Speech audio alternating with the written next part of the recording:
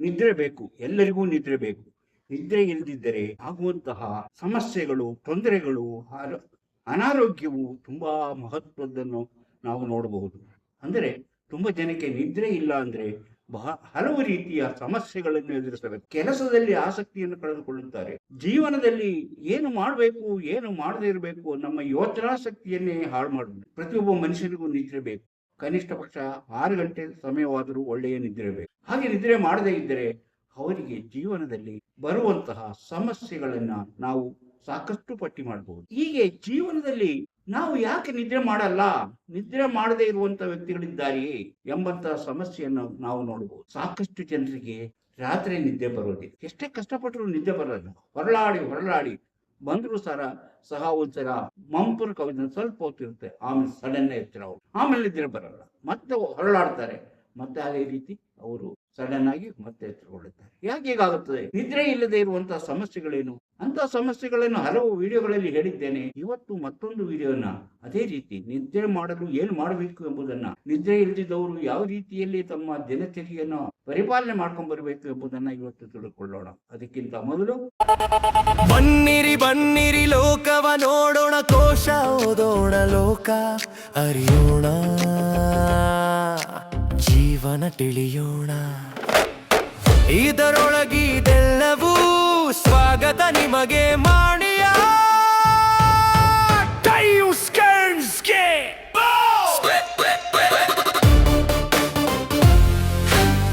ಎಲ್ಲರಿಗೂ ನಮಸ್ಕಾರ. ಮಾಣಿಯ times YouTube ಚಾನಲ್ಗೆ ನಿಮ್ಗೆಲ್ಲರಿಗೂ ಸ್ವಾಗತ. ಸುಖವಾದ ನಿದ್ರೆ ಪ್ರತಿಯೊಬ್ಬ ಮನುಷ್ಯನ ಆಸೆ. ಒಂದು ಸ್ವಲ್ಪ ಸಮಯ ಸಿಕ್ಕಿದ್ರೆ ಸಾಕು, ನಾನು ಸುಖವಾಗಿ ಮಲಗಿ ನಿದ್ರೆ ಮಾಡಬೇಕು, ನಿದ್ರೆ ಮಾಡಿ ಎಷ್ಟೋ ದಿನಗಳಾಯ್ತು. ಸ್ವಲ್ಪ ಸುಸ್ತಾದ್ರೆ ಸಾಕು, ನಿದ್ದೆ ಮಾಡಬೇಕು. ಅಯ್ಯೋ, ನಿದ್ದೆ ಇಲ್ಲದಿದ್ರೆ ನನ್ನ ಸುಸ್ತು ಜಾಸ್ತಿ ಆಗುತ್ತೆ ಎನ್ನುವ ಸಮಸ್ಯೆ ಅವರನ್ನು ಕಾಡಲಾರಂಭಿಸುತ್ತೆ. ಅದೊಂದು ಚಿಂತೆಯಾಗಿ ಕಾಡಲಾರ. ಆತಂಕ, ಜೀವನದಲ್ಲಿ ಆತಂಕ, ಕೆಲಸ ಮಾಡಲು ಉತ್ಸಾಹ ಇಲ್ಲದೆ ಇರುವುದು, ಎಲ್ಲಿ ಕುತ್ಕೊಂಡ್ರು ಅಲ್ಲೇ ತೂಕಡಿಕೆ ಬರುವುದು. ಹೀಗೆ ಜೀವನದಲ್ಲಿ ನಾವು ಹಲವು ರೀತಿಯ ಸಮಸ್ಯೆಗಳನ್ನು ಎದುರಿಸುವಂತಹ ಒಂದು ಸ್ಥಿತಿಗೆ ತಂದು ಹೊಂದುತ್ತದೆ ನಿದ್ರೆ ಇಲ್ಲದೆ ಇರುವಿಕೆ. ಕೆಲವರಿಗೆ ಮಲಗುವುದಂದ್ರೆ ಒಂಥರ ಬೇಸರ.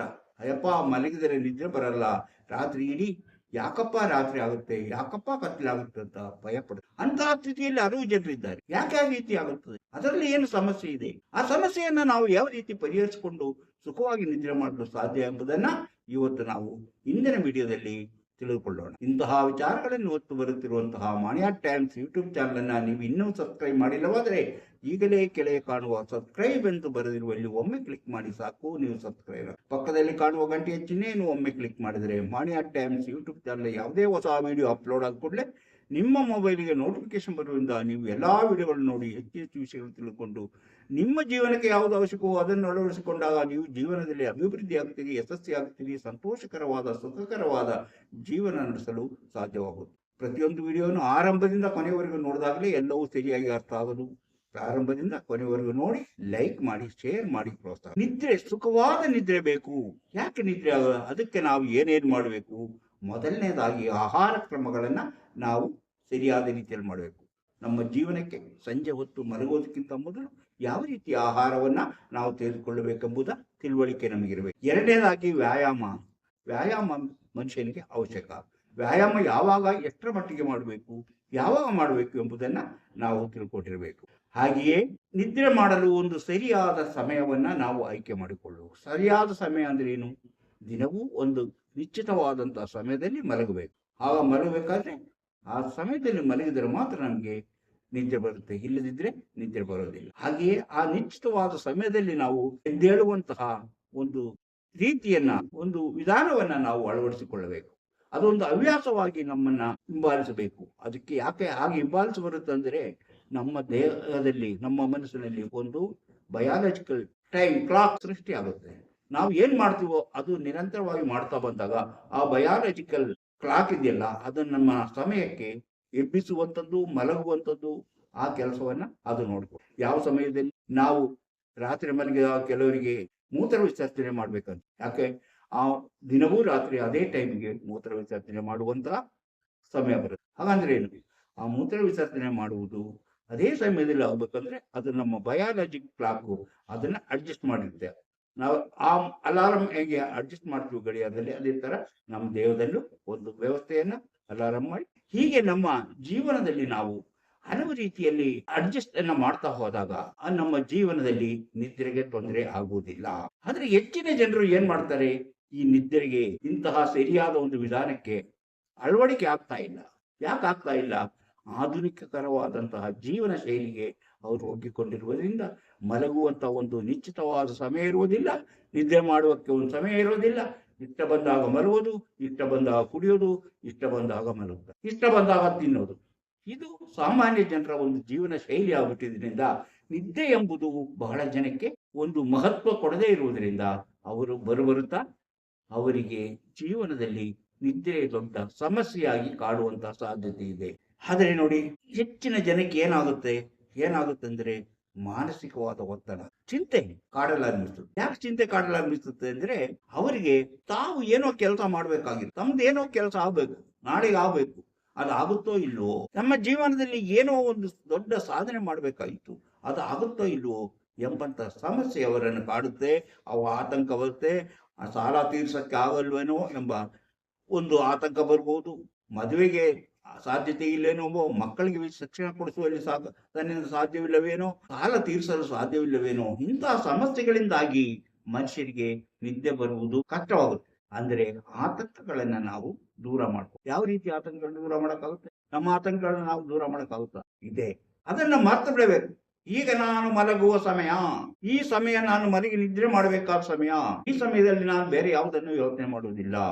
ನನಗೆ ಈಗ ಇರುವುದು ಒಂದೇ ಗುರಿ, ನಿದ್ದೆ ಮಾಡಬೇಕು. ಹಾಗೆ ನಾವು ನಿದ್ರೆಯ ಬಗ್ಗೆ ನಮ್ಮ ದೇಹದ ಒಂದೊಂದು ಭಾಗಗಳನ್ನ ಯೋಚನೆ ಮಾಡ್ತಾ ಬರಬೇಕು. ಕಾಲಿನಿಂದ ಶುರುವಾಗಿ ಕಾಲು ಬಂತು, ಕಾಲಿಂದ ಮೊಣಕಾಲು ಬಂತು, ಮೊಣಕಾಲಿಂದ ಸೊಂಟದವರೆಗೆ ಬಂತು, ಆಮೇಲೆ ಹೊಟ್ಟೆಗೆ ಬಂತು, ಆಮೇಲೆ ಹೃದಯಕ್ಕೆ ಬಂತು, ಆಮೇಲೆ ಮುಖಕ್ಕೆ ಬಂತು, ಆಮೇಲೆ ತಲೆಯೊಳಗೆ ನಮ್ಮ ಮೆದುಳಿನ ಬಗ್ಗೆ ನಾವು ಯೋಚನೆ ಮಾಡಬೇಕು. ಹಾಗೆ ನಮ್ಮ ದೇಹದ ಬಗ್ಗೆ ನಾವು ಯೋಚನೆ ಮಾಡಿದಾಗ ನಮ್ಮ ಆತಂಕಗಳು ಸೈಡ್ ಆಗುತ್ತೆ, ಅದು ಬದಿ ಹೋಗುತ್ತೆ. ಈ ಯೋಚನೆಗಳೇ ನಮ್ಮನ್ನ ಯಾಕಂದ್ರೆ ನಿದ್ದೆ ಮಾಡಬೇಕು, ನನ್ನ ಮೆದುಳು ಕರೆಕ್ಟ್ ಆಗಿ ಅದಕ್ಕೆ ಅಡ್ಜಸ್ಟ್ ಆದ್ರೆ ಯಾಕಂದ್ರೆ ಮೆದುಳು ಯಾವ ರೀತಿ ನಮ್ಮ ಜೀವನವನ್ನ, ನಮ್ಮ ಜೀವನದ ದಿನಚರಿಯನ್ನ ಯಾವ ರೀತಿಯಲ್ಲಿ ಅಡ್ಜಸ್ಟ್ ಮಾಡ್ಬೇಕೆಂಬುದನ್ನ ಅದು ಗೊತ್ತಿರುತ್ತೆ. ನಮ್ಮ ಮೆದುಳು ಬಗ್ಗೆ ನಾವು ಯೋಚನೆ ಮಾಡಬೇಕು. ಆ ಮೆದುಳು ಏನು, ಈ ರಾತ್ರಿ ಮಲಗೋತಿಗೆ ನಮ್ಮಲ್ಲಿ ಆಗಿರುವಂತಹ, ನಮ್ಮ ಜೀವಕೋಶಗಳಿಗೆ ಆಗಿರುವಂತಹ ಹಾನಿಯನ್ನ ಸರಿಪಡಿಸುತ್ತೆ. ನಮ್ಮ ರೋಗಗಳಿಗೆ, ರಕ್ತ ಧಮನಿಗಳಲ್ಲಿ ಏನಾಗ್ತಾ ಇದೆ, ಅದರಲ್ಲಿ ಆಗಿರುವಂತಹ ಸಮಸ್ಯೆ ಏನು, ಅದನ್ನು ಸರಿಪಡಿಸ್ತಾ ಹೋಗುತ್ತೆ. ರಾತ್ರಿ ಹೊತ್ತು ಅಂದ್ರೆ ನಾವು ಮಲಗಿರೋದಂದ್ರೆ ನಮ್ಮ ದೇಹವನ್ನ ದುರಸ್ತಿ ಮಾಡಿಕೊಳ್ಳುವುದು. ಆ ರೀತಿ ದುರಸ್ತಿ ಆದಾಗಲೇ ನಮ್ಗೆ ಮಾರನೇ ದಿನ ಕೆಲಸ ಮಾಡಲು ಉತ್ಸಾಹ ಬರೋದು. ಅದರಿಂದ ನಾವು ನಮ್ಮ ಆಹಾರ ಕ್ರಮವನ್ನ ನಾವು ಸರಿಯಾಗಿ ಮಾಡಬೇಕು. ನಮ್ಮ ಕೆಲವು ಹ್ಯಾಬಿಟ್ಗಳನ್ನ ಬದಲಾಯಿಸಬೇಕು. ಹೇಗೆ ಬದಲಾಯಿಸುವುದು? ಈಗ ಹೆಚ್ಚಿನ ಜನರು ಮಲಗುವ ತನಕ ಕಂಪ್ಯೂಟರ್ ನೋಡ್ತಾ ಇರ್ತಾರೆ, ಇಲ್ಲ ಮೊಬೈಲ್ ಸ್ಮಾರ್ಟ್ ಫೋನ್ ನೋಡ್ತಾರೆ, ಇಲ್ಲ ಟಿವಿ ನೋಡ್ತಾರೆ. ನನಗೆ ಮಲಗಬೇಕು ಅಂತ ಅನ್ಸಕ್ಕೆ ಹೋಗಿ ಮಲಗ್ತಾರೆ. ಆದರೆ ಅದರ ಬೆಳಕು ಆಗಲೂ ನಮ್ಮ ಮನಸ್ಸಿನಲ್ಲಿ ಹಾಗೆಯೇ ಉಳ್ಕೊಂಡಿರುತ್ತೆ. ಆ ಬೆಳಕಿದೆಯಲ್ಲ, ಅದು ತುಂಬಾ ನಮ್ಗೆ ಬೆಳಕು ನಮ್ಮ ಮೆದುಳಿನಲ್ಲಿ ಅದು ಇರುವುದರಿಂದ ನಮ್ಮ ನಿದ್ರೆಗೆ ಬೇಕಾದಂತಹ ಹಾರ್ಮೋನ್ಗಳು ಬಿಡುಗಡೆ ಆಗುವುದಿಲ್ಲ. ನಿದ್ರೆಗೆ ಬೇಕಾದ ಹಾರ್ಮೋನ್ ಬಿಡುಗಡೆ ಆಗಬೇಕಾದ್ರೆ ಕತ್ಲೆ ಇರಬೇಕು, ಇಲ್ಲ ಅದಕ್ಕೆ ಸೂಕ್ತವಾದ ವಾತಾವರಣವಿರಬೇಕು. ಮೆಲಾಟೋನ್ ಎಂಬ ಒಂದು ಹಾರ್ಮೋನ್ ಬಿಡುಗಡೆ ಆದಾಗ ಮಾತ್ರ ನಮ್ಗೆ ನಿದ್ರೆ ಬೇಗ ಬರುತ್ತೆ. ಯಾವಾಗ ಕತ್ಲೆ ಜಾಸ್ತಿ ಇರುತ್ತೋ ಆಗ ಮೆಲಾಟೋನ್ ಜಾಸ್ತಿಯಾಗಿ ಬಿಡುಗಡೆ ಆಗ್ತಾ ಹೋಗುತ್ತೆ. ಅದು ಹೆಚ್ಚಾಗಿ ಬಿಡುಗಡೆ ಆಗ್ತಾ ಬಂದಾಗೆ ನಮ್ಗೆ ಆಳವಾದ ನಿದ್ರೆಗೆ ನಾವು ಹೋಗ್ತೀವಿ. ಆದ್ದರಿಂದ ನಾವು ನೋಡ್ತಾ ಇದ್ದಂತಹ ಬೆಳಕು, ಆ ಡಿಜಿಟಲ್ ಪ್ಲಾಟ್ಫಾರ್ಮ್ ಅಲ್ಲಿ ಇದ್ದಂತಹ ಅದು ನಮ್ಮ ಮೆದುಳಿನಲ್ಲಿ ಅದನ್ನ ಉತ್ಪತ್ತಿ ಮಾಡುತ್ತಿರುತ್ತೆ. ಮತ್ತೆ ಆ ಬೆಳಕೆ ಕಾಣಿಸ್ತಾ ಇರುತ್ತೆ. ನಾವು ನೋಡಿದಂತಹ ಆ ಟಿವಿಯಲ್ಲಿ ನೋಡಿದಂತಹ ಬೆಳಕು ಆಗಿರ್ಬೋದು, ಕಂಪ್ಯೂಟರ್ ಅಲ್ಲಿ ನೋಡಿದಾಗ ಅಂದ್ರೆ ಲ್ಯಾಪ್ಟಾಪ್ ಅಲ್ಲಿ ನೋಡಿದ್ದಾಗಿರ್ಬೋದು, ಅಥವಾ ನಮ್ಮ ಫೋನಿನಲ್ಲಿ ನೋಡಿದಂತಹ ಬೆಳಕು, ಆ ಬೆಳಕು ಮನಸ್ಸಿನಲ್ಲಿ ಮತ್ತೆ ಪ್ರತಿಫಲನಗೊಳ್ಳುತ್ತಿರುವುದರಿಂದ ನಿದ್ದೆ ಬರುವುದಿಲ್ಲ. ಮೆಲಾಟೋನಿನ್ ಕತ್ತಲೆಯಲ್ಲಿ ಉತ್ಪಾದನೆ ಆಗುವಂತಹ ಒಂದು ಹಾರ್ಮೋನ್, ಅದನ್ನ ಮಾಡಬೇಕು. ನಮ್ಮ ಕತ್ತಲೆ, ಅದಕ್ಕೆ ಕತ್ತಲೆ ಆದಾಗ ನಮ್ಮಲ್ಲಿ ಅದನ್ನು ಉತ್ಪತ್ತಿ ಆಗುತ್ತದೆ. ಸಾಮಾನ್ಯವಾಗಿ ನಮ್ಮ ಬದುಕಿನಲ್ಲಿ ಜೀವನಾವಧಿಯ ಅಥವಾ ಒಂದು ದಿನದ 1/3 ಭಾಗದಷ್ಟು ನಾವು ಮಲಗಿ ನಿದ್ರೆ ಮಾಡಿ ನಾವು ನಮ್ಮ ಜೀವನವನ್ನ ಸಾಗಿಸ್ತೀವಿ. ಹಾಗೆ ನಿದ್ರೆ ಮಾಡದೇ ಇದ್ದಾಗ ಇಂತಹ ಸಮಸ್ಯೆಗಳು ಬರುತ್ತದೆ. ಆದರೆ ಕೆಲವರಿಗೆ ನೈಟ್ ಶಿಫ್ಟ್ ನಲ್ಲಿ ಕೆಲಸ ಮಾಡುವಂತ ಇರುತ್ತೆ, ಅವರಿಗೆ ಹಗಲೊತ್ತು ಮಲಗಿ ನಿದ್ದೆ ಮಾಡಬಹುದು. ಆದರೆ ಬದಲಾಯಿಸಿ ಬರುತ್ತೆ ನೋಡಿ. ಕೆಲವು ದಿನ ನೈಟ್ ಅಲ್ಲಿ ಮಾಡ್ತಾರೆ, ಕೆಲವು ದಿನ ಹಗಲೊತ್ತು ಮಾಡ್ತಾರೆ. ಅಂಥವ್ರಿಗೆ ನಿದ್ರೆ ಇರೋದು ಸಮಸ್ಯೆ ಕಾಡು. ಯಾವನೋ ನೈಟಲ್ಲಿ ಕೆಲಸ ಮಾಡ್ತಾರೆ, ಡೇ ಹೊತ್ತು ನಿದ್ದೆ ಮಾಡೋದು ಅದು ಅವರಿಗೆ ಸರಿ ಆಗುತ್ತೆ. ಆದರೆ ಒಂದು ವಾರ ನೈಟ್ ಮಾಡ್ತಾರೆ, ಒಂದು ವಾರ ಹಗಲು ಹಾಗೆ ಮಾಡುವುದರಿಂದ ಅವರಿಗೆ ನಿದ್ರೆಗೆ ಸಮಸ್ಯೆ ಆಗುತ್ತದೆ. ಅಂದರೆ ಮಕ್ಕಳಿಗೆ ಬೆಳವಣಿಗೆಗೆ ನಿದ್ರೆ ಅವಶ್ಯಕ. ಅದರಿಂದ ಕೆಲವು ಮಕ್ಕಳು ಹುಟ್ಟಿದ 18 ಗಂಟೆ ಕಾಲಗಳಾದರೂ ನಿದ್ರೆ ಮಾಡಿ ಗ್ರೋತಿಂಗ್ ಅಂತ ಹೇಳ್ತಾರೆ, ಗ್ರೋತಿಂಗ್ ಸ್ಲೀಪ್ ಅಂತ. ಅದು ಬೆಳವಣಿಗೆಗೆ ಅನುಕೂಲವಾಗುವಂಥದ್ದು. ಪ್ರತಿಯೊಬ್ಬ ಮನುಷ್ಯನಿಗೂ ನಿದ್ರೆ ಎಂಬುದು ಬಹಳ ಅವಶ್ಯಕವಾದಂತಹ ಒಂದು ಸ್ಥಿತಿ. ಆದ್ದರಿಂದ ಅವನು ನಿದ್ದೆ ಮಾಡಬೇಕು. ಆಗ ನಿದ್ದೆ ಏನ್ ಮಾಡ್ತಾನೆ, ಅದಕ್ಕೆ ನಾವು ಏನ್ ಮಾಡಬೇಕು, ಫಸ್ಟ್ನೇದಾಗಿ ಏರೋಬಿಕ್ ವ್ಯಾಯಾಮ ಮಾಡು. ಏರೋಬಿಕ್ 45 ನಿಮಿಷಗಳ ಕಾಲವಾದರೂ ಏರೋಬಿಕ್ ನಾವು ಮಾಡಬೇಕು.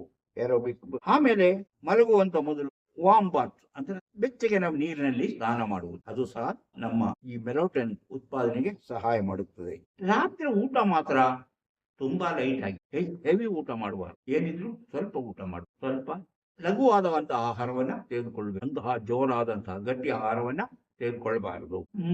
ಮನಸ್ಸಿಗೆ ಹಿತವಾಗುವಂತಹ ರೀತಿಯಲ್ಲಿ ರೂಮನ್ನ, ನಾವು ಮಲಗುವ ಜಾಗವನ್ನ ಸಿದ್ಧಪಡಿಸಬೇಕು. ಹಾಗೆಯೇ ಹಿತವಾಗುವ ರೀತಿಯಲ್ಲಿ ನಾವು ಸಂಗೀತವನ್ನ ಕೇಳಬಹುದು. ಹಿತವಾಗುವ, ಜಾಸ್ತಿ ಸದ್ದಿರಬಾರ್ದು, ಹಿತವಾಗುವ ರೀತಿ, ನಿದ್ರೆಗೆ ಅನುಕೂಲಕರವಾದಂತಹ ರೀತಿಯಲ್ಲಿ ನಾವು ನಿದ್ರೆ ಮಾಡಬಹುದು.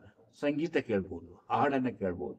ನೋಡಿ, ನಾವು ದಿನವೂ ಮಲಗುವ ಮೊದಲು ಮನಸ್ಸಿಗೆ ಹಿತವಾಗುವಂತಹ ಆಕ್ಟಿವಿಟಿ ಏನೋ ಮಾಡಬಹುದು. ಆಕ್ಟಿವಿಟಿ ಪುಸ್ತಕ ಓದುವುದಾಗಿರ್ಬೋದು ಅಥವಾ ಸಂಗೀತ ಕೇಳುವುದಾಗಿರ್ಬೋದು, ಇಂಥ ಆಕ್ಟಿವಿಟಿಯನ್ನ ನಾವು ಆಡ್ಬೋದು. ಮಲಗಿ 5 ನಿಮಿಷ ಆದರೂ ನಮ್ಮ ನಿದ್ರೆಗೆ ಬೇಕೇ ಬೇಕಾಗುತ್ತೆ. ಹಾಗೆ ನಾನು ಹೇಳಿದಲ್ಲ, ಕ್ರಮವರಿತು ಮಲಗುವಂತಹ ವ್ಯವಸ್ಥೆಯನ್ನ ಮಾಡ್ಕೋಬೇಕು. ನಾವು ಮಲಗುವುದಕ್ಕಿಂತ ಒಂದು 2 ಗಂಟೆ ಮೊದಲಾದರೂ ಎಲ್ಲಾ ಸ್ಕ್ರೀನ್ಗಳನ್ನ, ಡಿಜಿಟಲ್ ಸ್ಕ್ರೀನ್ಗಳನ್ನೆಲ್ಲ ಆಫ್ ಮಾಡಬೇಕು.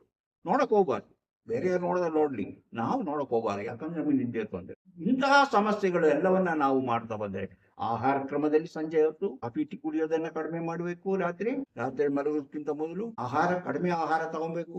ವ್ಯಾಯಾಮ ಇರಬೇಕು. ಊಟ ಆದ್ಮೇಲೆ ಸ್ವಲ್ಪ 100 ಹೆಜ್ಜೆ ನಡೆಯುವುದು ಒಳ್ಳೇದು.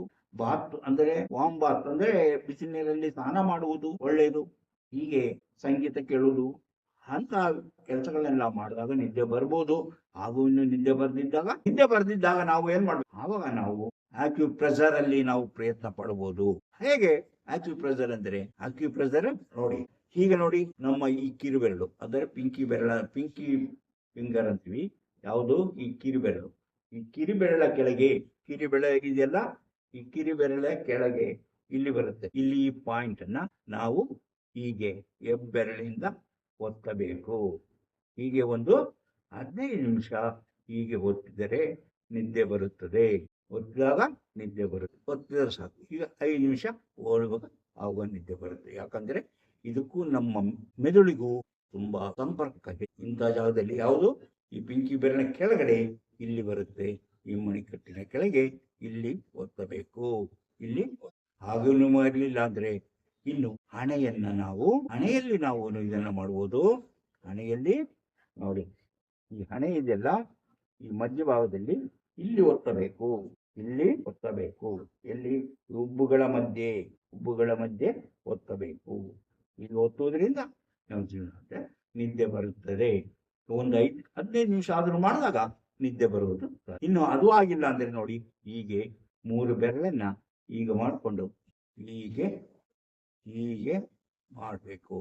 ಹೀಗೆ ಈ 2 ಬೆರಳುಗಳ ಹಿಂಗೆ ಸುಲಭವಾಗಿ ಹಣೆಯಲ್ಲಿ ಹೀಗೆ ಉಜ್ಜಬೇಕು 15 ನಿಮಿಷ. ಅದು ಅಲ್ಲದಿದ್ದರೆ ನೋಡಿ, ಹೀಗೆ ಹಣೆಯನ್ನ ಮೇಲಕ್ಕೆ ಹೀಗೆ ಉಜ್ಜ. ಹೀಗೆ ಮಾಡುವುದರಿಂದ, ಹೀಗೆ 15 ನಿಮಿಷಗಳ ಕಾಲ ಮಾಡುವುದರಿಂದ ಯಾರಿಗೆ ನಿದ್ದೆ ಇಲ್ಲವೋ ಅವರು ನಿದ್ದೆಯನ್ನ ಮಾಡುತ್ತಾರೆ. ಅಂದ್ರೆ ಆಕ್ಯುಪ್ರೆಷರ್ನ ಇದು 3 ವಿಧಾನಗಳು, 3 ವಿಧಾನಗಳನ್ನ ನಾನು ನಿಮ್ ಜೊತೆ ಹಂಚಿಕೊಂಡಿದ್ದೇನೆ. ಅಂದರೆ ಹಣೆಯಲ್ಲಿ ಹಾಗೆ ಉಜ್ಜದು, ಈಗ ಉಜ್ಜದು, ಹಾಗೆ ಇಲ್ಲಿ ಉಜ್ಜದು, ಮತ್ತು ಈ ಪಿಂಕಿ ಬೆರಳ ಕೆಳಗಡೆ ಅಂದ್ರೆ ಕಿರು ಬೆರಳ ಕೆಳಗಡೆ ಇಲ್ಲಿ ಬರುವಂತಹ ಒಂದು ಇದನ್ನ, ಇಂತಹ ಒಂದು ಆಕ್ಯುಪ್ರೆಷರ್ ಅನ್ನ ಪ್ರೆಷರ್ ಮಾಡಿದ್ರೆ ಸಾಮಾನ್ಯವಾದಂತಹ ಎಲ್ಲರಿಗೂ ನಿದ್ದೆ ಬರುತ್ತದೆ. ಇನ್ನೂ ನಿದ್ದೆ ಬರಲಿಲ್ಲ ಅಂದ್ರೆ ಮೆಲಾಟೋನ್ ಎಂಬುದು ಮಾತ್ರೆ ರೂಪದಲ್ಲಿ ಸಿಗುತ್ತೆ, ಅದನ್ನ ತಗೊಬೇಕಾಗುತ್ತೆ. ಅದಕ್ಕೆ ತಗೊಬೇಕಾದ್ರೆ ಹೆಂಗ ಹೋಗು, ಡಾಕ್ಟರ್ ಬಳಿಗೆ ಹೋಗಿ ತಮ್ಮ ಸಮಸ್ಯೆಯನ್ನ ಹೇಳ್ಕೋಬೇಕು. ಸಮಸ್ಯೆಯನ್ನ ಹೇಳ್ಕೊಂಡು ಅವ್ರು ಬರೆದು ಕೊಟ್ರೆ ಇಂಥ ಮಾತುಗಳನ್ನ ತಗೋಬಹುದು. ಯಾಕಂದ್ರೆ ನಮ್ಮ ಜೀವನದಲ್ಲಿ ನಮಗೆ ನಿದ್ರೆ ಬರೆಸುವಂಥದ್ದು ಮೆಲಾಟೋನ್. ಆ ಮೆಲಾಟೋನ್ ಇದ್ದಾಗ ನಮ್ಮ ದೇಹದಲ್ಲಿ ಉತ್ಪತ್ತಿ ಆಗುತ್ತೆ. ದೇಹದಲ್ಲಿ ಉತ್ಪತ್ತಿ ಆಗಬೇಕಾದ್ರೆ ಕತ್ತಲೇಬೇಕು.